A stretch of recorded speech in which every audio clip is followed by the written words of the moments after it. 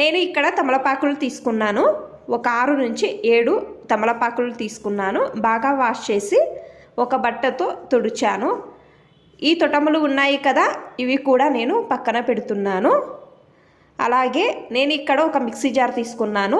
ఈ తమలపాకులను ఈ జార్లో ఈ విధంగా నేను వీడియోలో చూపిస్తున్నాను కదా, సేమ్ ఈ విధంగా తుంచి వేస్తున్నాను.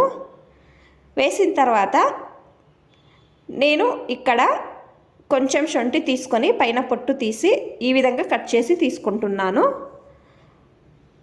కొన్ని నీళ్లు వేసుకొని గ్రైండ్ చేసుకోవాలి. చూడండి, నేను ఇక్కడ గ్రైండ్ చేసుకున్నాను.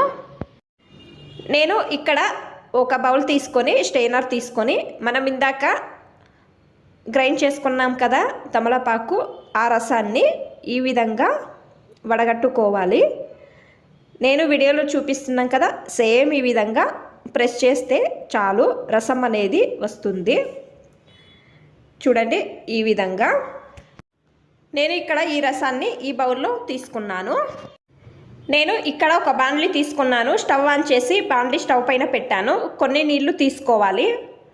అలాగే బాండ్లీలో చక్కెర 1/2 కప్ అంతా వేసుకుంటున్నాను. చక్కెర కరిగేంత వరకు నీళ్లు బాగా మరగనివ్వాలి. కరిగిన తర్వాత మనము గ్రైండ్ చేసుకున్నాం కదా రసము, ఈ బాండ్లీలో వేసుకొని గ్యాస్ మీడియం ఫ్లేమ్లో పెట్టి ఈ విధంగా స్పూన్తో తిప్పితే గట్టిగా అవుతుంది.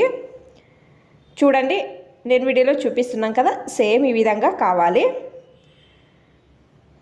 మీడియం ఫ్లేమ్లోనే పెట్టుకోవాలి, హై ఫ్లేమ్లో పెట్టుకోకూడదు. నేను ఇక్కడ ఒక ప్లేట్లో కొంచెం కొంచెం స్పూన్తో తీసుకొని ఈ విధంగా ప్లేట్లో తీసుకుంటున్నాను.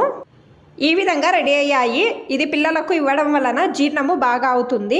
అలాగే జలుబు ఉన్నప్పుడు కానీ లేకపోతే కఫము ఉన్నప్పుడు కానీ తగ్గుతుంది. టేస్ట్ కూడా బాగా ఉంటుంది. ఇది మీరు చేసి పిల్లలకు ఇవ్వవచ్చు. ట్రై చేయండి. ఈ టిప్ అనేది బాగా హెల్ప్ అవుతుంది.